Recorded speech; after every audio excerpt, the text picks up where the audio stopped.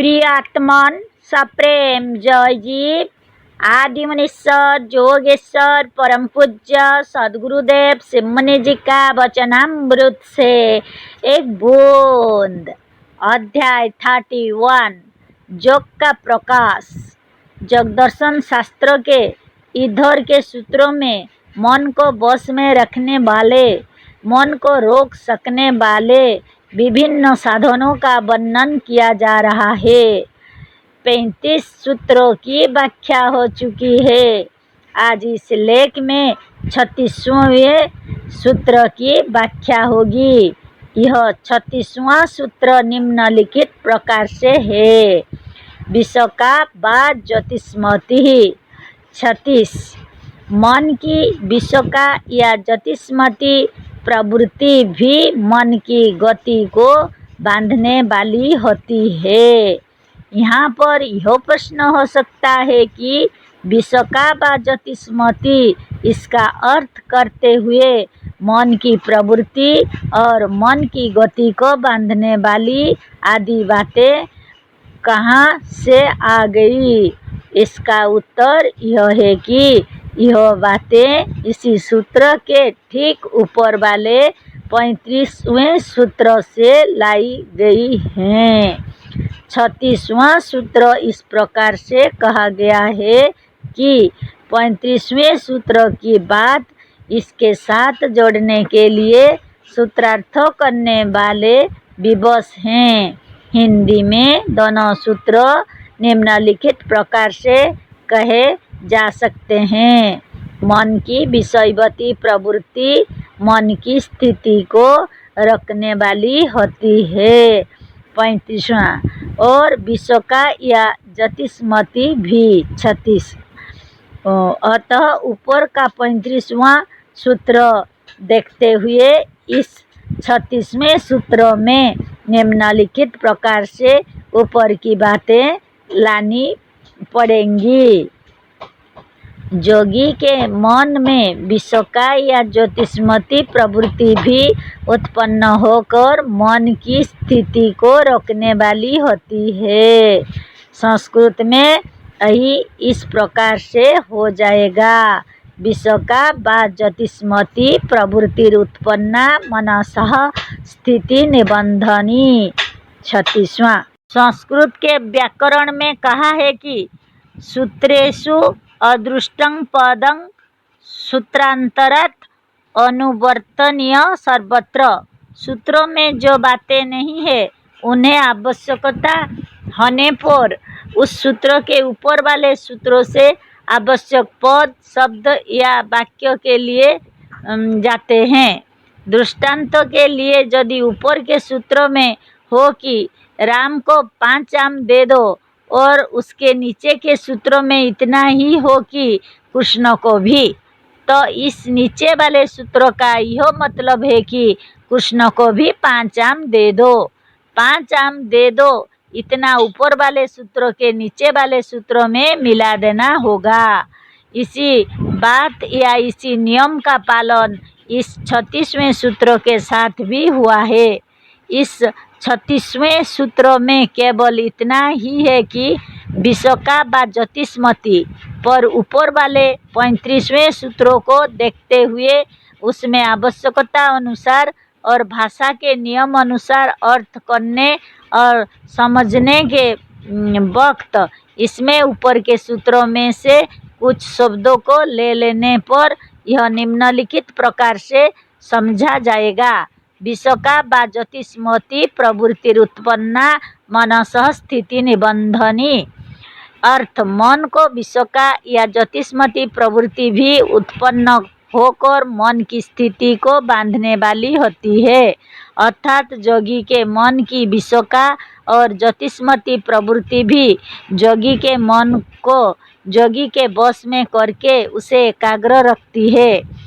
अकेले इसी सूत्र में मन को एकाग्र करने के लिए 2 साधन बताया गया है।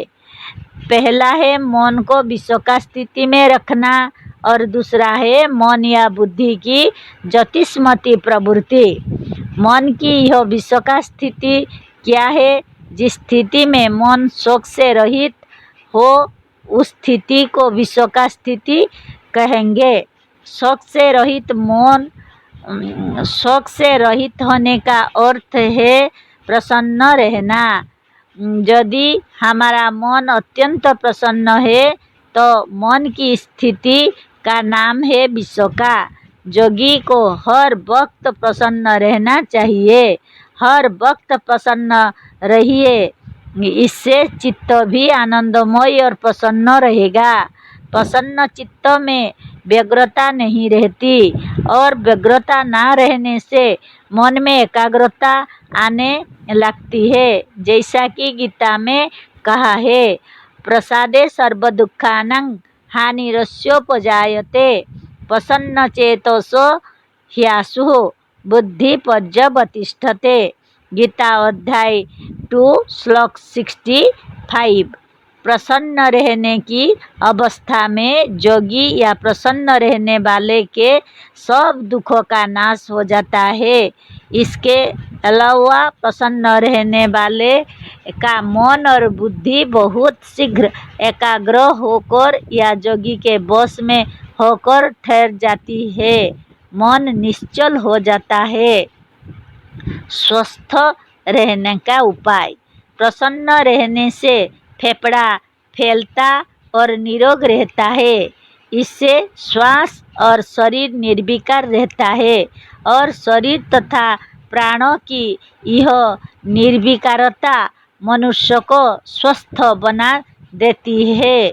स्वस्थ वही है जो अपने स्व में, अपने आप में, अपने स्वरूप में, अपने निज रूप में या अपनी आत्मा में स्थित है। वही स्वस्थ है। जो स्वरूपस्थ और जगस्थ है, जो स्वरूपस्थ और जगस्थ है। जो स्वस्थ नहीं है वही अस्वस्थ, रोगस्थ और विकारस्थ है। अतः जगस्थ होना, स्वस्थ होना, स्वरूपस्थ होना या आत्मस्थ होना सब एक ही बात है। प्रसन्नता सारे शरीर के विष को निकालकर बाहर फेंक देती है। प्रसन्नता भीतर के जीवाणुओं को सचेतन और सबल बनाती है। प्रसन्नता की अवस्था में खाया हुआ अन्न खूब पच जाता है। प्रसन्नता की अवस्था में दिमाग के छोटे छोटे कोठे या ब्रह्मरंध्रों का सहस्रदल कमल प्रफुल्लित रहता है। प्रसन्नता की अवस्था में हृदय की गति बहुत ठीक रहती है, जिससे कोई रोग नहीं होता। जो हर वक्त प्रसन्न रहता है उसे भूख खूब लगती है। प्रसन्न रहने वाले का स्वभाव चिड़चिड़ा और झगड़ालू ना होकर प्रेमी होता है। इसे संसार के अधिकांश मनुष्य उसके मित्र हो जाते हैं। अभ्युदय। प्रसन्न रहने वाला काम करने से शीघ्र नहीं थकता। प्रसन्न रहने वाले अपना व्यापार, व्यवसाय और गृहस्थी बड़ी सरलता के साथ चला सकते हैं, जिससे साधक संसार में अपना अभ्युदय और उन्नति कर सकता है। सर्वदा प्रसन्न रहने वाले की स्मरण शक्ति बहुत अच्छी रहती है। चिंता से हानि। जो प्रसन्न ना रहकर उदास, दुखी या चिंतित रहता है, उसका बल दिन व दिन क्षीण होता चला जाता है। उदास, दुखी और चिंतित रहने वाले का फेफड़ा, हृदय, दिमाग और रक्त खराब हो जाता है। दुखी, उदास और चिंतित मनुष्य का चित्त उद्विग्न रहता है और उद्विग्नता में योग साधन नहीं हो सकता। मन की प्रसन्नता वाली अवस्था मन की उद्विग्नता, व्यग्रता और चंचलता को नष्ट कर मन को योग साधन के योग्य बना देती है। अतः मन को एकाग्र करने के लिए योगी को चाहिए कि चित्त को विश्व का स्थिति में रखे। मन की विषका प्रवृत्ति भी मन को एकाग्र रखने वाली होती है। अतः मन को एकाग्र करने या एकाग्र रखने का यह एक बहुत ही उत्तम साधन है। अब हम ज्योतिष्मती प्रवृत्ति की व्याख्या करेंगे। ज्योतिष्मती प्रवृत्ति का अर्थ होगा प्रकाश वाली प्रवृत्ति या प्रकाश की ओर की प्रवृत्ति। प्रकाश से मतलब ज्ञान से है। प्रकाश दिखाने और सुझाने का काम करता है। यदि आप किसी अंधेरी कठेरी में जाए जहाँ प्रकाश ना हो तो वहाँ कौन कौन सी चीज़ें हैं यह मालूम नहीं होगा। अतः आपको वहाँ पर चिराग का प्रकाश लाना पड़ेगा। प्रकाश होते ही आपको वहाँ की वस्तुओं का ज्ञान हो जाएगा। अतः सच्चा प्रकाश है सच्चा ज्ञान। यदि ज्ञान नहीं है तो बड़े से बड़ा प्रकाश भी कुछ नहीं बतला सकता। इसी तरह से सबसे बड़ा अंधकार अज्ञान है। बेहोश होने के पहले मनुष्य की आँखों के सामने अंधकार का एक पर्दा पड़ने लगता है। बेहोशी, जड़ता और अज्ञानता एक ही वस्तु है। जड़ता के साथ अंधकार और चेतनता के साथ प्रकाश है। ज्ञान की राजधानी या चेतनता का मुख्य स्थान दिमाग या ब्रह्मरंध्र है, जो आज्ञाचक्र भूमध्य स्थान से ऊपर है। आज्ञाचक्र ब्रह्मरंध्र का द्वार है। वहीं से ब्रह्मरंध्र की ओर झांकने पर बहुत ही उज्जवल प्रकाश का अनुभव होता है। जैसे पूर्णचंद्र का प्रकाश आनंददायी होता है, उसी तरह से चंद्र के प्रकाश से भी सैकड़ों गुना अधिक यह प्रकाश आनंददायी होता है। अतः इस आनंददायी प्रकाश को विश्व का ज्योतिष्मती भी कहते हैं। बात यह है कि दिमाग चेतन आत्मा का केंद्र या सिंहासन है और चेतनता में प्रकाश है। चेतन आत्मा के प्रकाश से ही दूसरे प्रकाश भी प्रकाशित हो रहे हैं। इस प्रकाश को देखने के लिए आँख की आवश्यकता नहीं पड़ती, क्योंकि इसको देखने के लिए आँखों को बंद कर देते हैं और देखने वाली शक्ति या भावना को भीतर की ओर उलट लेते हैं। मन की बाहरी प्रवृत्ति को उलटकर भीतर आत्मा की ओर कर लेते हैं। जिस अवस्था में जितनी ही अधिक चेतनता होगी, जितना ही अधिक ज्ञान होगा, उस अवस्था में उतना ही अधिक प्रकाश होगा। इसी जगस्थ जीव या आत्मा का नाम परमात्मा है। इस परमात्मा के ज्ञान का प्रकाश सब प्रकाशों से उत्तम है और इसी के प्रकाश से सब प्रकाशित हो रहे हैं। जिसमें जिसमें और जहाँ जहाँ विशेषता है वहाँ और उसमें उसमें इसी ज्योतिष्मती आत्मशक्ति की विशेषता है। इस प्रकाश को जो पा जाता है उसका मन किसी दूसरी ओर चलायमान नहीं होता।